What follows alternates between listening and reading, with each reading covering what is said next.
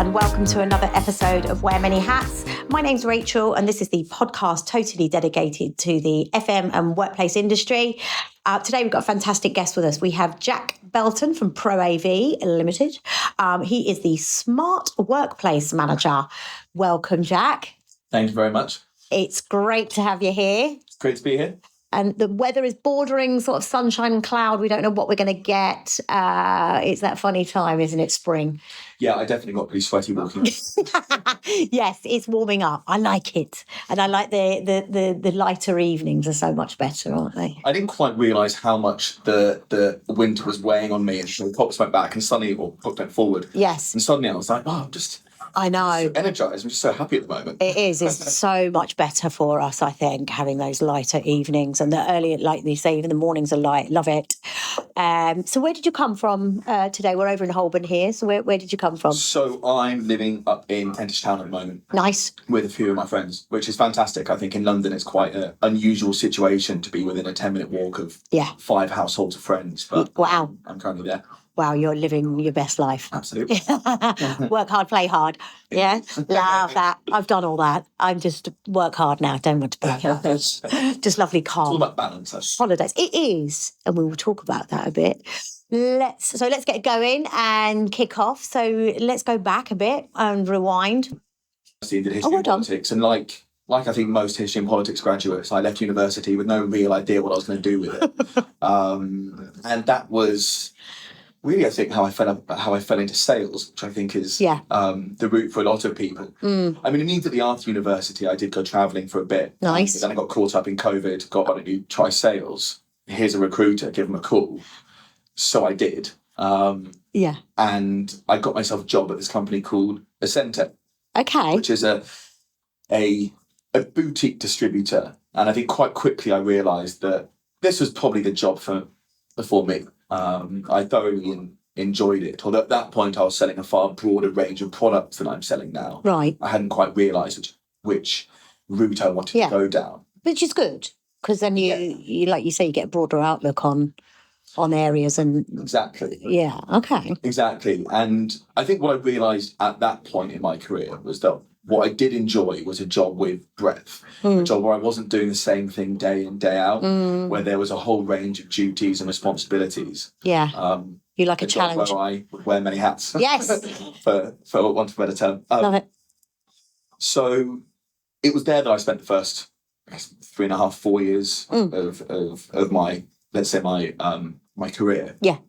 And it was there that I slowly became more familiar with the smart workplace product sets. Yes. Just selling a couple of products, a desk and room booking tool and some sensor platforms. Right. And it was there that I started to realise how much I enjoyed the solution sale that came with it. I found that the AV products we were selling, it felt much more sort of box shifting. Yeah. It felt like I was more administrative on selling those products, whereas I felt when selling smart workplace tools into your sort of facilities type audiences, I was really engaging with organisational challenges. I was trying to unpick, political bits in companies, trying to understand who was who and who's the right stakeholder for it. I felt it was a more challenging, stimulating sell. Definitely. It's a great industry.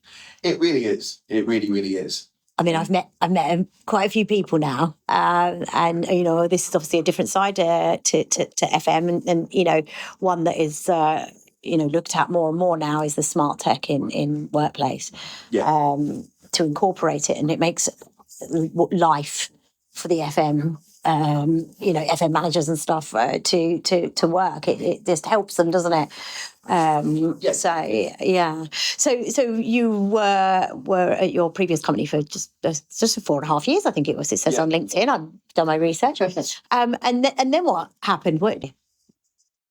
I think there've been a range of sort of influences. I mean, so my previous MD, John Knight, he's somebody that I think has always given me opportunity, and I wouldn't say push as much, but the opportunity to do things. I remember when I started off in my first job, I think in my first 6 months there, he we as a company went out to a big trade show in Barcelona. Oh, lovely. And, I was 6 months in, I didn't know what I was talking about particularly, but he took me out there with him and gave me the opportunity to engage with everybody in the market, meet customers, meet suppliers. And I think it's that sort of opportunity that he provided me that has enabled me to sort of grow. Yeah. And that's really what I think has driven me forward is that opportunity. Yeah. I think, and like you say, there are others that come on in your career, that and even parents and siblings and, even friends can sometimes give you that push as well. Yeah. So all sorts of stuff, which is why I really, really love this job. So ProAV is traditionally an AV integrator. AV being things like cameras and displays and audio equipment, all the meeting room tech that makes office work. Yes. And they brought me on to build out, an alternate technology section, business unit selling smart workplace tech. But what this means is I feel like I'm building a smaller business inside a bigger business. Yeah. Which is fantastic. So you're the first one to do this at ProAV, are you? Yeah. Oh, yeah, lovely. Exactly, which is great because I have a whole bunch of agency as to how I pursue what I do. I'm not micromanaged, and this means I'm doing everything from vendor management and supplier management through to business development, sales, marketing, solution design. And who do you sort of get involved with on a day-to-day basis? Is it other departments within ProAV? Are you so from the supplier side? I'm engaging a lot with sales teams at suppliers and tech teams at suppliers. Right. So I'm at the moment sort of nearing the end of the process of building out the technology stack that I'm taking to market. So okay? A lot of the last 6 months of my job has been interviewing vendors, trialing products. Interesting. Just to assess exactly how stuff works and what I want to be taking to my customers. Yeah. So that's been a big portion of my time. But equally, because I'm on the sales side, there's an element of internal engagement too. So I'm working with our various sales teams to get introduced into their accounts. That's it, yeah, because I would have thought there was some cross, Absolutely. cross sales And working with our major works team to get introduced to the consultants. To see if there's an interest there as well for... Exactly. Yeah. Exactly. Working with our service account team to get introduced to their accounts. Working with our marketing team. So you're busy. To build a marketing presence. Yeah, absolutely. Wearing many hats. Working with our business development team to get engagement with everybody in the various channels, whether that be the architects and designers, the design and build firms, the end users directly, facilities companies like your CBREs and Mighties. Yes. So it really is. There is no standard day. Every day is different, and that's exactly why I love this so much. Yeah. And it's up to me to decide, which strategy I pursue and how I pursue it. That's so good, and to make the workplace a smarter place to work in. Exactly. Okay, I get it. So let's talk challenges. I mean, that sounds quite a lot that you're having to take on. But what's testing you right now in your role? You've been with them 7 months, so obviously you're still quite getting to know the company itself and and how they work. And I think you probably nailed that now. But you're building a new team, really. I guess eventually. I think actually adapting to the company reasonably easy because of your experience. Yeah, because I previously was an account manager for this company in my previous role. Yeah. So I was familiar with a lot of the people there. I think the biggest learning curve for me has been getting a proper understanding of the market and how it comes together from the reseller's perspective. Got you. Because previously I was just selling to resellers. Now I'm selling direct to clients.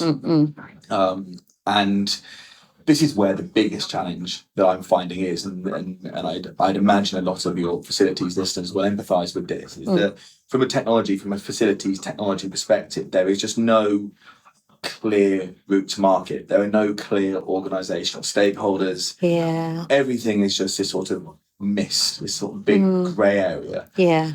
And that's really what I think I'm struggling with. Right. not so much struggling with, but it's a challenge that does need to be overcome. Because you go and work with a client, and smart workplace technology sits between facilities, IT, estates, workplace, HR. Yeah. And in every single company, it's all different balance. Often the stakeholders are not the budget holders. Yeah. Often the project can be held up by IT, even though they don't have any engagement.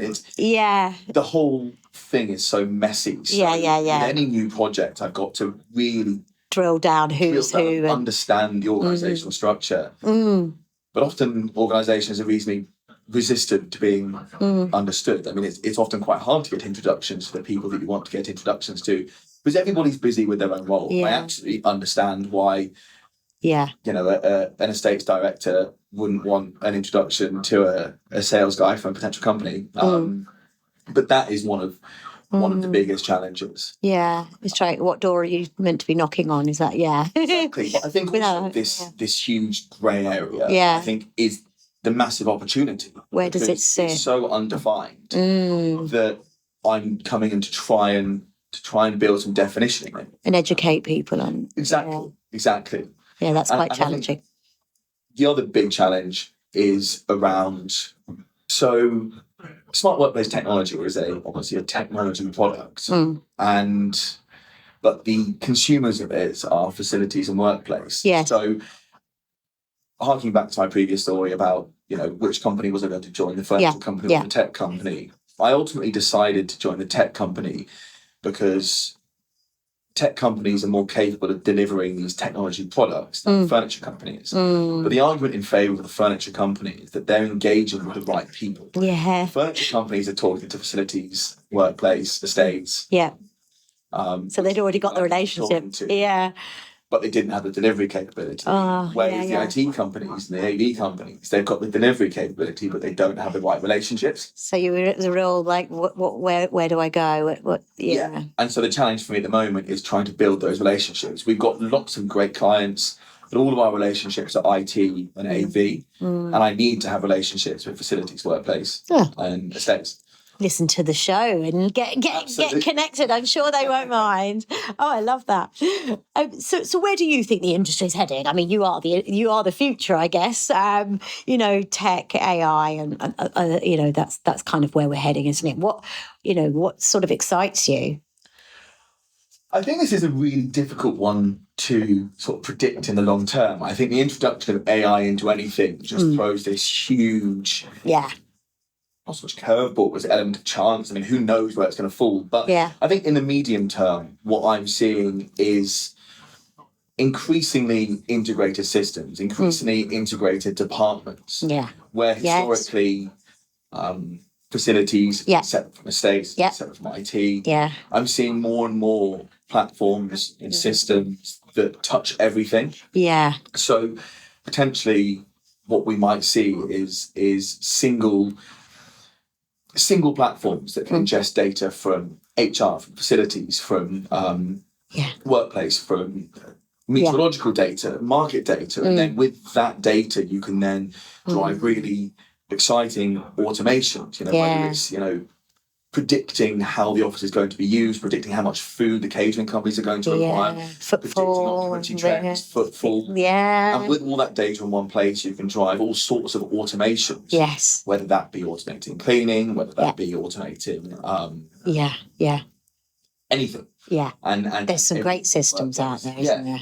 And I think it's that integration of all these workplace systems into one super system. I think that's probably where everything's heading. I think we need to make sure they all talk to one another, all of these. Yeah, I think that's what somebody said is that they've got all these wonderful tools out there, but they don't all talk to each other. That's completely what it is. Yeah. And that is if I had to boil what I'm doing down into one thing, it's I work with organisations to make sure their systems are talking to one another. Yes. That really is what it comes down to. That's how you make stuff smart. That's why you do what you do.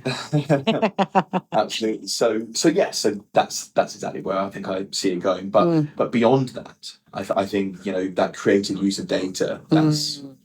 That's what it's going to be about. Yeah, definitely, and that is exciting. Hence why I got you on the show, because I was like, this is definitely an area that people are excited about. you know. So AI, is it a friend or foe in your world? Do you use it in your work, you personally? I use it a lot in my work. Yeah, me too. I think it's absolutely fantastic for what I do. I think the way it increases my output is so significant. I think people need to be careful about how they use it. Yes. I think it can reflect quite badly on an individual if you're just sending out a whole bunch of clearly AI content. Yeah. Your thought to it. Yeah. But I think when using it to digest large quantities of data, using it to create a whole bunch of personalized outreach, as long as you're checking through everything. Yes, you have to. You hear these horror stories of people sending stuff out and it's just not true. You know, the documents referencing things. And I think a certain company, I think the Australian government paid a certain company like £500,000 for a report a couple of months ago. Yeah. But it turned out half of it was AI written. And not even true. So I think people need to be very, very careful with it. Definitely. But in my role, I used a huge amount for research. Yeah. Researching companies. Yeah, same. Drafting personalised emails, ingesting data, all that sort of stuff. Yeah, it's great. I feel for me, if it can, you've got to be careful what you put in, like you say. Because it can spit out the wrong information, and I don't 100% trust it to run your career for you. No, absolutely not. And I do think there's a longer term risk associated with it in the sense that, I mean, I'm worried it's making me stupid. I mean, if you think about, or when I think about how damaging to my ability to do tasks like, scrolling is. I mean, we're definitely in this sort of like the dopamine addicted world. Yeah. And I think everybody's experiencing it. So it's becoming increasingly difficult to do tasks, or I'm experiencing it, and I know my friends are, especially it's increasingly difficult to do tasks, but we're so used to a constant dopamine hit from things like in Instagram. And I do wonder what the impact that using AI and ChatGPT and Claude in everyday life is going to have on our ability to, think critically and engage and create on. Yeah. And with regards to sort of Instagram, Facebook, these types of platforms, the AI that comes out, I'm like, is this a real story? Because I love to learn. And then and then you scroll into the comments and it's like, this is definitely AI. And, I'm like, oh no. Yeah. I thought it was real. It's so disappointing. So you've really got to be careful. But yeah, I agree with you. I feel I'm like, can I write an email now? Can I write an email without having to run it through ChatGPT to double check? Because it does it so much better than me. It does. But I mean, I also think when outputting content, I think the sad thing about AI is I think it's creating an increasingly uniform sort of content. I mean, now we're getting a bit bored of it. Every single message has the same tone. Yeah. Everything takes a middle ground. Yeah. Or it's just. I think it's going to be a bit mundane. Yeah. Mundane and copy paste. But I do think, beyond use of LLMs like that, I think in the facilities world, I think there is a very, very exciting opportunity. Yeah. But I think some of the fundamentals within the facilities world need to be addressed before AI can be meaningfully adopted. Things like data. Yes. What I was talking about in this sort of midterm future where there's a single platform within which all company data is aggregated. I think that needs to happen before an organisation can meaningfully adopt AI. Yeah. Because I think once you're there, what AI can do with that data, I know, to identify patterns that we can't across trends, all sorts of different inputs, yeah, I think could be so transformative to how organisations operate. Yeah. But organisations are so far off that point where all the data sits in one place that I think we'll get there. AI has the potential to be a friend. Yeah. But at the moment, there's a lot of groundwork that needs to be done before. Yeah, we're just at the start of it, aren't we? Really? Exactly. Oh, it's exciting though, isn't it? It's another one to go in with what excites you. So ESG is another buzzword. I mean, I've been saying this for a little while now, so nearly coming up to a year. I don't think it's just a buzzword now. I think it's pretty much ingrained in most of us now. What does it really mean to you and your work? It may impact your clients and that sort of stuff. Do you kind of come across this at all? All the time. And I was somewhat a skeptic of it. Yeah. Not of the concept, but of organisations' adoption of it. Yeah. I've always felt that it's something that maybe an individual will care about, but at a board level, ESG isn't a priority for a company. I've always felt that it's sort of it's nice to have if it can be done at a reasonably low cost. Yes. But it's not a priority for any boards to be engaging in a meaningful way with ESG type activity. Now, that may be the skeptical side of me, and I'm sure obviously it differs from organisation to organisation. Some will engage more with it than others. Yes, of course. But I also think in my job, ESG combines three very different. Yeah, it does. What you want to call them, guiding principles. You know, the environmental side of it, I think I talk about a lot with this, and I consider a lot with the systems that I design for organisations. Yes. Because obviously when you're looking at things like smart automations and you're having HVAC systems turning on and off based on temperature of rooms and CO2 levels. That's it. And optimising for energy efficiency. I mean, there's one office that we've recently deployed a whole bunch of smart plugs into that means you have to check into a desk in order to get power to the desk. Oh, wow. It means that when there aren't people at the desk, suddenly everything's not consuming energy. And I think it's been calculated that can save up to £30 per year per desk. When you've got thousands of desks, tens of thousands across an entire estate, that's quite a meaningful saving, both financially, but also it helps you hit your ESG targets. So energy consumption and sustainability is definitely something that... because we do it at home, right? So shouldn't we be doing that in the office? Yeah, I mean, I've got the smart plugs and the smart light bulbs and I'm just probably more lazy than anything because I can get Alexa to turn it off and turn it on. I think it's great smart work, like smart home. So why not have it in the workplace? Absolutely. I think there's a whole bunch of challenges with that in that often you depend on landlords having buildings appropriately designed and fitted out to adopt those technologies. Yes. I went to a really interesting talk by Cornet about, I didn't think it was going to be interesting, but I very much enjoyed it when I was there, about embedding ESG clauses in corporate leases. Because obviously it's very, very expensive when you're building a building as a landlord to add in smart infrastructure. Once it's in, you know. Exactly. And you then have to up the rent to your clients as a result because you're obviously paying more to put that stuff in. And that's creating sort of tension and difficulty. And this is the thing is that often I'm working with clients who they want to engage with these sort of energy saving projects, but if the building systems can't ingest that, then there's very little that they can do. So it's often on the landlords as well as it is on the tenants to do this. Yeah. So I mean that's the sort of energy side. And the social, I think, is another really interesting one. I'm seeing a lot more, especially with the large enterprises, building in systems that are more, I guess, accessible, designed more with neurodivergency in mind. Yes. Which I think is fantastic. It is. Need more of it though. Yes, exactly. Because obviously offices are designed for I guess you'd say the average person. And we're not all the same. No, exactly. But I mean that's the thing that I'm finding most difficult to build into my systems because I'm depending on vendor design of their systems, and if a system can't adopt that, then that's a challenge for me. And then finally, the governance side is another really, really big part of what I'm talking about because governance is all about the ability to report effectively on things, and obviously to report on things, you need the data. All talking to one another. Everything comes back to the data. So I'm talking a lot about that, but I do think the governance thing is maybe the thing that organisations are engaging most with.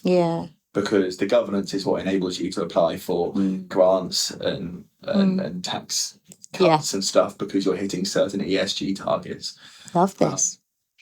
So I'm working with a lot of organisations on that sort of reporting side of thing too. It's good to know that we're all aware of it, and some are, like you say, more advanced on the ESG than others, but people are leading the way on it. So we've all got to get on board, really. If we're not, we need to be. And if we're all working towards that, it's a better world to live in, I think. Absolutely. Oh, definitely to work in. So do you think the industry is innovating fast enough, or are we still playing catch up? I think it depends because I think the technology. Well, you're in it, aren't you? You're in the innovative side of things, aren't you? Technology's developing so quickly. Yeah. So quickly. You must see stuff coming up all the time. Yeah, absolutely. I mean, I often will organise sort of quarterly updates with my various vendors to see what they've been developing, to see their roadmaps, and what's happening is so significant. Everything's developing so quickly. So, and that's exactly why I'm in the role that I'm in, because I find it so interesting. Nothing static, nothing stays the same. So from a technological perspective, yes. From an adoption perspective, from an organisational adoption perspective, much slower. In fact, I say in almost every instance, technology is outstripping organisations' ability to adopt that technology. Yeah. Because as I referenced with the data point, having all the data in one place is often a prerequisite for a whole bunch of technologies and a whole bunch of effective AI adoption. But also the structural challenges that I was explaining earlier. Yes. None of these technologies sit with an obvious department. Stakeholders are split across various departments. Often you have each office, or definitely each region, will have its own standards. So it's very difficult to get global organisational standards on this stuff. So I think, the technology is innovating very, very quickly, but organisations' ability to adopt this. The people behind it. Yeah, exactly. Again, we're on the cusp of everything. We're just, it's just not moving fast enough. Yeah. But I do think that's to be expected. The technologies that I'm talking about are, I mean, most of these companies didn't exist 5 years ago. Yeah. The other technological side of our company, the AV side. Oh, yeah. This has been about for decades. Yeah, it has. Yeah. So there's clearly an established route by which you procure, deploy, and support those technologies. Whereas with Smart Workplace, it just isn't the case. So you've got a lot of educating to do, I think, haven't you, to get companies on board? The hard bit. Yeah. It's a very. But you like a challenge, so I do love a challenge, but it does make it a very, very long sales cycle from initial engagement, then 16, 18 months before I've sold something and deployed it. Yeah, and it works, and they love you for it. Yeah. Well, good luck with that. So looking back, what moment or project are you still proud of today? So when I saw that question in the email you sent over, I had a think. And nothing jumped out at me, and it sent me into an existential spiral. Panic. Have I done nothing worth being proud of? But I think the challenge is in sales specifically. There's so much noise. You're working on everything from cold outreach emails to small quotes to slightly bigger quotes to presentations, demonstrations. Every project I'm part of, I've been a small part of a larger project. Yeah. So it's difficult to put my name to something and say, yes, I did that. Yeah. But I think really what I'm proud of is in my relatively short career so far, I think I've managed to build quite a strong network of people. Yeah. I think I've become close to a whole bunch of industry leaders. That's so good. Which is something that I didn't think I'd have been able to achieve at this point in my career. Yeah. And so I think if there was a moment that really hammered all that home for me, it was when I left my previous job and suddenly I realised how many job offers, how many people there were coming to me and saying, look, come and work for us, and how many I still get from people that I know, people that I've worked with. And I think that really made me realise that actually the way I'm going about things is right. Or it's working. So, that's probably what I'd say. So you're doing extremely well to go from where you were to, where you are now. Was it like 6 years, 6.5, 7 years? So you're only a little bit into your career after uni, and so watch this space. Absolutely. I'm excited. Now we're connected. I look forward to seeing how far you go in your career. I'm sure you'll go far. So am I.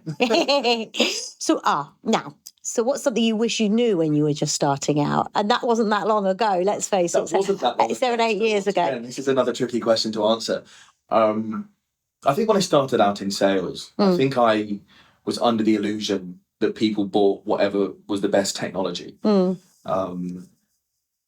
I spent a lot of my early career really trying to communicate, how fantastic this technology is. I know. And what I've realised since is, how good the technology is. Probably only 33%, whatever. It's only a third of the decision-making process. There's so much more that goes into how a company buys a technology. And I think I'd have probably made a lot more money if I'd realised earlier that, that common wisdom that people buy for people. And that it's all about the relationships. Which is something that I've definitely been focusing on in recent years. I totally agree with you. I guess, what I wish I'd known is focus on the relationships. That's it. That's so good. I think that's with any career, isn't it? I think. Oh yeah, absolutely. But definitely sales and business development. Because they do say it's who you know, not what you know. I think a little bit of both would be. Absolutely. Know what you're talking about, and then get connected. But so if someone came to you tomorrow saying, "I want to do what you do," what would you say to them? I'd say absolutely go for it. I mean, I think it's a fantastic industry. It's fast growing. I think that there's also a huge demand for it. Yes. This is something that I'm beginning to realise now is how small the supply is versus how big the demand is. Oh wow! And I think there's a huge gap there. So I think there's massive opportunity for anybody that wants to get involved in this space. Are you, and with regards to a sales perspective, do you think you need to be a certain type of character? I think, to my previous point, I think being good with people, I think, is always going to be really, really valuable. But I think there is I think you've got to be quite confident. You've got to be confident, but I think there's also like a competence component where you do have to know what you're talking about. You do have to be willing to learn. Because you can be as friendly as you want, but if you also need the credibility that when people have a challenge, they actually come to you rather than. Because people won't just come to you because they like you; they'll come to you because they're confident you can solve their problems. Correct. And I think the key thing there is just keeping a really open mind, go into every single conversation, assuming that you can learn something, assuming that the person across from you knows more than you. And I think if you go into every conversation, every engagement like that, you will learn lots of stuff, and that is what will make you that competent person that people want to come to. So this is a good industry to get started in. I think I love FM and workplace. I just think what a fantastic industry to be in. Probably a little too late for me to get into workplace, but there's so many different areas to it. Absolutely. From the design to the tech to the so much to the running it.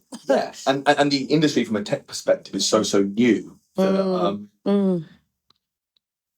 there's so much flux, so much change in it, and I always feel that chaos is a ladder, and I'd say that the smart workplace tech industry at the moment is reasonably chaotic. And I think that's an opportunity for people that want to take it. Yeah, love it. All right, let's switch off from work. What do you like to do outside your day job? You already mentioned that you were very social and you're living in London. And what do you like to do outside your day job? So I've always loved my holidays. I love an adventure holiday. We know Guatemala. Gosh. Yeah. So before uni, I went traveling to Asia for 9 months. So I spent a few months in India, which was fantastic. A few months in Southeast Asia. I spent a few months in China. Oh wow! I went to North Korea for 5 days. Lovely. So those sorts of adventures are really what I enjoy doing. Do you go alone, or a bit of both? On that trip, I went with a friend. It's a bit of both. Yeah. There's pros and cons to traveling with people. Yeah. There's pros and cons to traveling alone. I find that when I'm on my own, I meet a lot more people. I find when I'm with somebody, I'm perfectly content just to be with that person. Yeah. And I'm not driven to seek people out. Whereas when I'm on my own, I do. You have to make that effort, don't you, to chat? Exactly. So yes, I mean holidays, like adventure holidays. So I went to Jordan with a friend a couple of years ago. I've got Uzbekistan planned. The attraction? I've actually pitched this to a whole bunch of my friends because as a history and politics graduate, I've always found history absolutely fascinating, and Uzbekistan has such a interesting history as a as a crossroads, historically through thousands of years for the Silk Road. You've got influences from East Asia, North Africa, influences from Europe. You've then got Soviet influences as they took over the place. Yes. And there's a lot of adventure there. The food's meant to be fantastic. Nice. And there's a place where the Soviets did a lot of their biological and chemical weapons development, and it's now just an abandoned town in the middle of an island, in the middle of a desert, and you can go there. So that to me is very exciting. Wow. Different. Never knew that. You learn something new every day. Absolutely. So yeah, adventure travel I absolutely love. And at the moment I'm enjoying my life, my friends in Kentish Town. I think the advantage of being so close to people is that you can just meet up and go for walks. And I've been finding that since New Year's, there's been a lot more of a focus within our broader group on healthy activities to do together. Well, whether that's going nice. to the gym or playing paddle or going to a sauna with a cold plunge. Oh, you really do love adventure. Yeah, the cold plunge. Ouch. Yeah, I've done it. Yeah. Oh. It's actually really good for you. It's so good for you, and also the feeling when you get out of the cold plunge, the sauna, I think is absolutely amazing. Yeah, that's dopamine again. Yes, exactly. Something can't get enough of. And when you make a sale, you get the dopamine here as well. Yes, you're dopamine. Yeah, I love it. I also actually love to cook. That's another thing that I love doing. Although I mostly enjoy cooking for people. Same. Cooking for myself is an absolute chore. So I often get friends over so I can cook for them, have an excuse to cook, and then have some wine. Wow, they must love you. Exciting hobbies you've got. So last one, let's go back to advice again. What's the best bit of advice you've ever been given? So I think this is a piece of advice that since I was told it. I mean, I think I've always unknowingly lived by it. But when my old sales director, a guy called John Vicarage, told me this, I think it really crystallized this idea. And he said you've got three zones. You've got your comfort zone, you've got your stretch zone, and you've got your panic zone. And you should always aim to be in your stretch zone where possible. And this is a philosophy that I've taken into a lot of my decision making, and what led to me taking my current job, even my last company, and taking my current job was because it's about seeking challenge. And I think challenge is where you grow, but I think you can take it too far. You can become too challenging, and then you panic. Do it, and then suddenly you're just panicking, and it knocks your confidence and it sets you back. So I think it's about finding that nice balance between where you're not too comfy, you want to be uncomfortable. The cold plunge. The adventure travel. Seeking out those things that make you uncomfortable. Going away alone. Exactly. So seeking out discomfort, seeking out challenge, I think is always a good thing. Wow, you're living. That's really good advice. I've never had that one. Was it John Knight, did you say? Was that his name? That was John Vicarage. Oh, John Vicarage, sorry. So yeah, I when I was at that company, I worked for two Johns. Wow. JK and JV. JK and JV. Well done, Johns. You've clearly both had an impact on you, which you're now passing on to others. Thank you so much, Jack, and another Jay. Thank you so much, Jack. It's been an absolute pleasure to have you on the show. And I'm sure people are going to want to reach out to you on LinkedIn. Is that okay for them to do so?